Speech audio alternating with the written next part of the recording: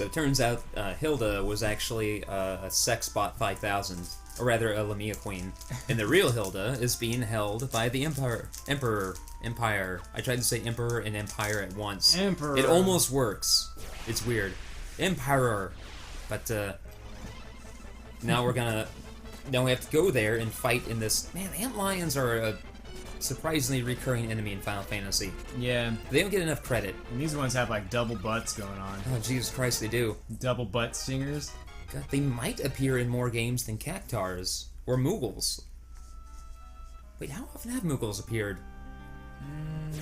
They're in. I don't know if they're in 3. They're not in 1 and 2. They're not in 4. At least not that I saw. 5, I guess. They're. I don't think they're in 5. Well, is 5? They're in 6. Is 6 American 3? Yes. Okay, there we go. Yeah. So they're in 6/3. They make a cameo in 7, and then they appear in 9. By 9, they may have only appeared in 3 games. Come to think of it, how'd they become so popular? Because they're just so cute. And they take on so many different forms. They're so cute, Kupo. Yeah. That's one thing that I'm wondering about World of Final Fantasy. It's like, can I handle that? I think I can. Yeah. Because it's so dumb. Yeah. It's just so dumb, and I appreciate the dumbness of it. Plus, I want to stack cute critters on top of my head. Exactly. I want to see if I can... I saw an entry for Ultima Weapon, and it looked like you can get Ultima Weapon on your party. So I want Ultima Weapon on my party. Just to go, yep, this is it. This is the logical endpoint of Final Fantasy. Fuck that, man. A sand ray? Like, could you imagine shit like swimming through the sand and flying out? Like, That's one of my favorite Jeez. fantasy concepts, is that are animals that have evolved to treat loose material like sand as Yeah. though it were a liquid. And so they can just swim through it. Breath of Fire 4 has a particular dragon that lives in the desert and just does that. it's awesome. Just swims around, and it approaches the protagonist at the very start like a goddamn Leviathan. Oh, fuck. Almost there. Sandray, what are you doing in the forest? We're lost. Hey, buddy, you know what I like to eat for lunch? A sandwich. Yeah. Oh, man, I don't trust them sky witches or them space witches. You know what kind of witch I do trust, though? a sandwich. Sandray, you're supposed to let me finish the sandwich. And then one of the sand ray has like sunglasses on and is in front of a piano and is shaking its head back and forth all funny and got a big smile on its face. And Is one of them David Letterman now in this situation? it's Sand Ray Charles. God damn it. God damn it. And he just looks at the party and goes, Sand Ray Charles. Am I right? She knows what I'm talking about, and points to Leela. Leela's like readying some kind of strap on. It's just, you know how some people... Get ready for some sand-a-me. So you know how there are people who just play with lighters or knives? Yeah. Leela just plays with strap-ons. Just when she's Yeah. bored and needs something to do with her hands, she's just... Like, she's adjusting it, trying to get it just right, or she has her own little whittling knife, and she's handcrafting her artisanal bespoke dildos. She's all inspecting the rigidness, or like, is this more anatomical, or is this more just, is it a smooth shape? Has it got some veininess This is going more on? fantastical. I'm trying to emulate a behemoth kick over here. It's got the spines running down the back. Man, are those going to be pleasurable or uncomfortable? It's odd, because I can imagine as it goes in, and she's just going off like this in the background the whole time. As Sand Ray's trying to land his Sand Ray Charles joke on her, and she's just oblivious. She's just crowd. She's not even sandbagging, she's just too focused on her Sandbagging. handcrafted bespoke dildos. Oh, god damn it, sandbagging. Didn't even think of that one. Yeah. So Behemoth. This is one of the more toothless behemoths I've encountered in a Final Fantasy. It just attacks. It doesn't even attack for that much. Like, I can't do a huge amount of damage to it because it has the defense of most enemies, but its physical attacks aren't very daunting. Like, a Hilgaigus would have been a bigger challenge here. That one landed for good damage because it was a crit. Of course, if you take the time to level up your magic, I think that this game becomes largely trivialized. Yeah. The problem is that it took me about 1 hour per level to increase my magic. Wow. magic has 16 levels. Oh. So I'd be looking at, theoretically, a 16-hour time investment just to raise one spell up to its max. But anyway, apparently that was a challenge, and so now the Emperor's like, here you go, you can have Hilda, she's your prize. God, I wonder if Anita Sarkeesian has brought this game up. Because this is that trope of, women as prizes and as objects of distress and all that, brought to its logical extreme. Where it's not even that she's been kidnapped and you have to go rescue her. She's literally the prize for being a big masculine hero. And that's fucked up. Granted, this game was made in 1987 or 88, so maybe give it a little bit of a pass. Well, and it's also this Emperor's shitty, twisted idea of fun is to use a woman as a trophy. It's not saying the developers and the writers of this game thought it was a good idea. Yeah. And not saying that they... It's curious, because you can use that tool to show that someone is twisted and fucked up, but at the same time, it's used as a tool to show that someone is twisted and fucked up so frequently that it does become a problem. Yeah. Right? It's like this is the only way you can think of that, both from a... Oh, wow, you can just go into the water. I mean, both from a storytelling and originality perspective, it's like, come on, guys, try harder. But it does when you use it over and over and over. Yeah. Diminish the impact of the idea of, that someone would kidnap a woman and then use her as a prize for a fucked up tournament. And using it over and over does, it diminishes the impact of it. It diminishes the impact, but it also starts to make it seem more normal. Oh, yeah, it normalizes it. And so that's always the thing, if I'm watching a movie or a TV show and it's like, this character is obviously sexist or whatever, doesn't necessarily mean that the people behind the show are they don't think of women that way, but at the same time, character is. But at the same time, even if you don't personally feel that way, you're still contributing to an ongoing toxicity in media. It makes you think, well, how often is this going to happen? Yeah. How often they just fucking leave Gordon's stoned ass behind? Can we just leave him here? Do we have to bring him? Guys, please. I wish it was stoned. Yeah. I bet in some translations it was. I just have this odd feeling. What is Sarkeesian? What is she? Has she been still doing stuff? She's still... I don't follow her because I don't personally enjoy her style of video, although I appreciate what she does. Yeah. But yeah, she's still active. I see her pop up from time to time. That's good. I mean, yeah.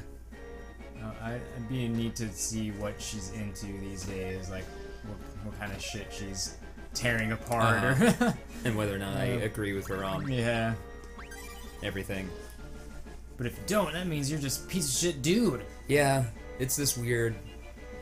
I've always had a problem identifying with specific groups because being a more progressive sort, I often identify with progressive individuals, but I often see progressive individuals act in the same manner as the groups which they are opposed to, but from the opposite direction, and that grosses me out just as much. Yeah. I don't believe in God, but I don't really associate myself with atheists because a lot of atheists do the same shit as the Christian fundamentalists that they're so often opposed to. They'll bandy about the name of Richard Dawkins in the same way someone would bandy about the name of Jesus, and it's this is still, you're still idolizing someone and still insulting a different group of people. You're using the same ad hominem attacks and scarecrow straw man tactics in your arguments. Scarecrow tactics sound pretty cool. Yeah, they do. You just stand in the field and ambush someone and look spooky as fuck. You're still using these same tactics that you're railing against. It doesn't make you any better. You either grew up with a different mindset or you're rebelling differently. I don't know. It frustrates me a lot. So whatever farmer came up with the idea of a scarecrow, it's like, do they ever spend some time around crows? Crows do not give a fuck if you're there or not. Every illustration of a scarecrow has crows resting on it. Yeah, it's more of a place for the crows to go so they leave everything else alone. Just poop in this centralized location. Maybe don't poop anywhere else. Maybe that's literally what it is, but the term scarecrow is just kind of a misnomer that arose as this frustrating colloquialism. Yeah, to the point where it doesn't actually scare crows, you assholes. It's just, it's not gonna stop them from eating the corn. Yeah. the Scarecrow story in Scary Stories to Tell in the Dark is one of the most effective in there. I have to, I'll have to read it again. It's the one that sticks with me the most. It's like two farmer buddies make this farm. They make a scarecrow and they model it after like a late friend of theirs whom they always use as their punching bag. And they use the scarecrow as their punching bag. They just throw shit at it and smack it around a bit. And then it's like from time to time they swear that it kind of smirks at them or snarls, but they're like, no, it's just a scarecrow. And then one day one of them goes to town, and as he's coming back, he sees something standing on the roof of their house. As he gets closer, he realizes it's the scarecrow, and he's holding something out. As he gets closer, he realizes it's holding out his buddy's skin to dry in the sun. Oh. Even as a kid, I was like, this shouldn't be in a children's book. That's a bit hardcore for a children's book. Oh. Yeah, that's...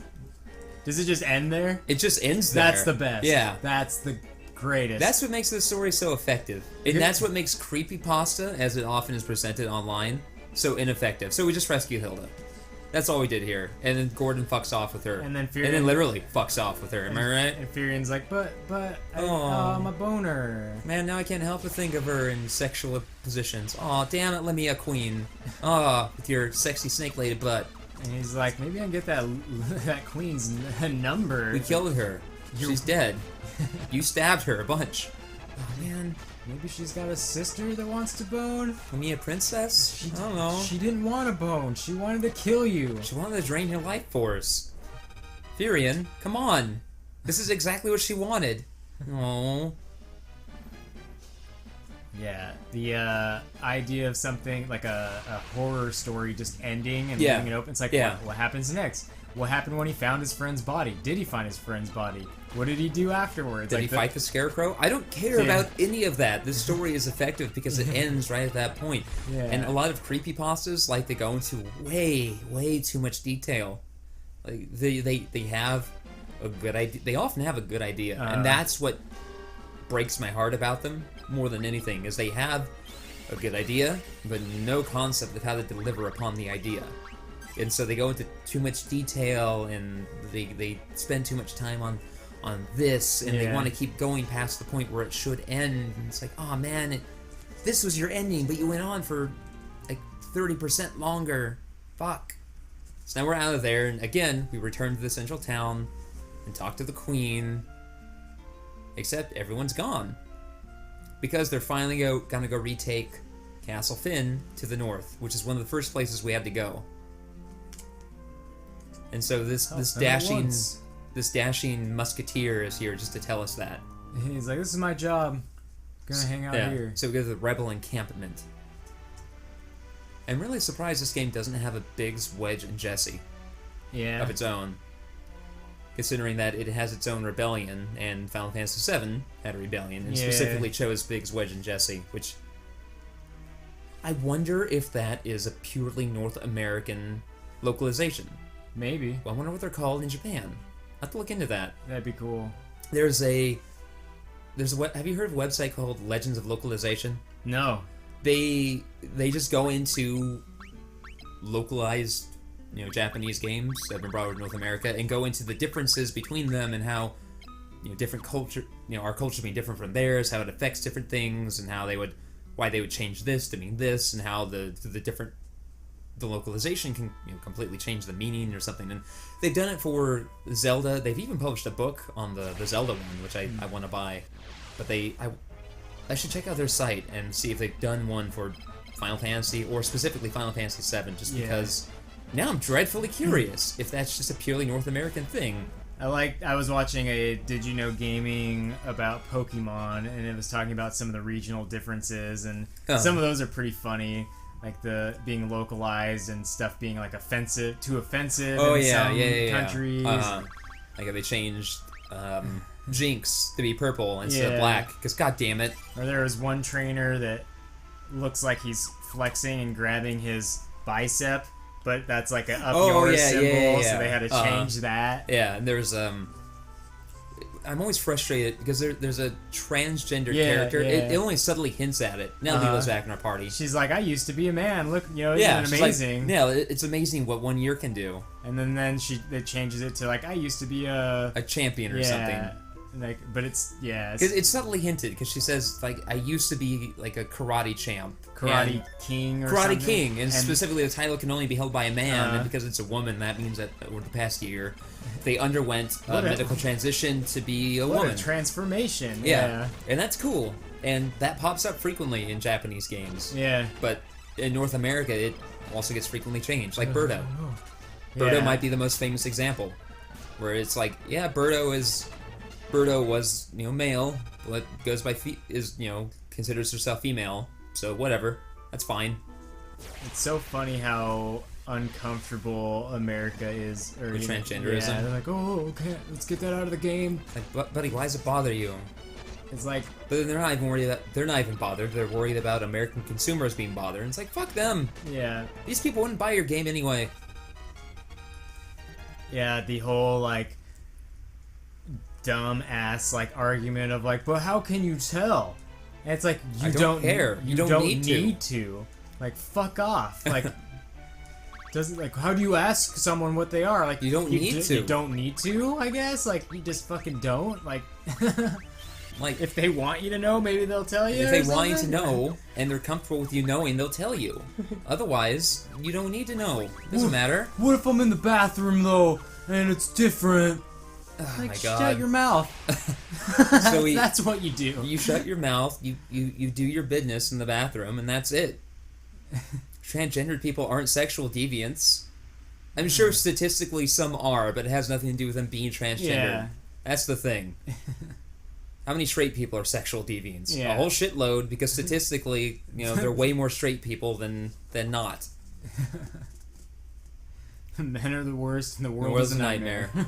Just like this guy we're about to fight. He proves that men are the worst. Godo, say. Yeah. He's just sitting here on the king's throne, and our whole goal is to come in here and kill him. Just murder this asshole. Fuck, man. Like, no diplomacy. Like, we're gonna kill you, Godos. Yeah. I hope you're ready to get stabbed. I mean, granted, look at him. Wouldn't you kill that guy, too? Like, he just needs He's wearing a loincloth and matching booties. And this helmet? This or weird, is like... Is that his face? I don't know. I think it's one of those helmets that covers half the face, like what Daredevil wears. Yeah. And then it flows into a Cowl? matching cape. Yeah, cowl. And then it flows into a matching cape. In fact, I don't think he's even wearing boots. I think he's just wearing socks. And just got this fucking banana hammock. He's living in this opulent castle. Dude, he is hanging. He is hanging. He's living in this fucking opulent castle, and he's walking around dressed like this. He just sauntered out of bed and then plopped his fat ass down on the throne. He's probably gonna poop in it. Right? You know when you're walking around the house and no one else is there and you're a little more lax in how you treat things? Like, I'm just gonna fart wherever. I'm gonna shit with the door open. Yeah. Maybe the blinds are open too. I don't know. I don't care. Someone could see. You wanna watch me shit? Go ahead. That's on you. That's what Gatos is doing. Except I have the feeling that's how he treats his everyday. And so when he finds himself in a place this big and this empty, he takes it to the nth degree. Oh God. Which is just, I'm just gonna sit down on his throne and take a shit. I'm just gonna sit in it for a while. Squish, squish. It's coming up my lower back now. To reference the Gargamelians, who never found their way onto the site thanks to copyright block. It's my saddest. That makes me so sad. Yeah, we never got to put up that. Yeah. Ratchet and Clank. So that asshole is dead, and he gave us a very important item. After I get all these increases, it's called the Ripper. The Ripper. The Ripper is a dagger, which makes all the difference for most of the rest of the game. You'll see its effectiveness here in a little bit, but right now we just gotta celebrate that we defeated the enemy's commander, and, as with basically all lazy fiction, once you cut off the head, the body dies. Oh no. So now all those enemies who are in the castle are gone. There's not one asshole underneath that's like, finally my turn to be Gatos and shit on the throne. It's like when you think about the end of Return of the Jedi, and you go, isn't there a whole Imperial command? I mean, once the Emperor died, like, shouldn't they be vying for control? No, dude, space battles. Space battles, though, and lightsabers. Sometimes that's all people want. Now we're about to embark on the most pointless main quest ever. I can't believe how pointless this shit is. But basically, he mentioned the Ultima Scroll, which is this ancient forbidden magic, and I believe the first appearance of Ultima in the series, and we need to go find it. And now she mentions that magic town, Mysidia, that I was talking about, because they know about it. And so she's like, hey, go talk to them for a little bit. And she mentions the masks. One mask is white, the other is black. So I already found the black mask by complete fucking accident. But the white mask is somewhere in this castle. Oh, we'll get to that next. And what are they for? I guess you'll find in a bit. Ekmet Teloes. What the fuck? I don't know. It's not even words. Some kind of password.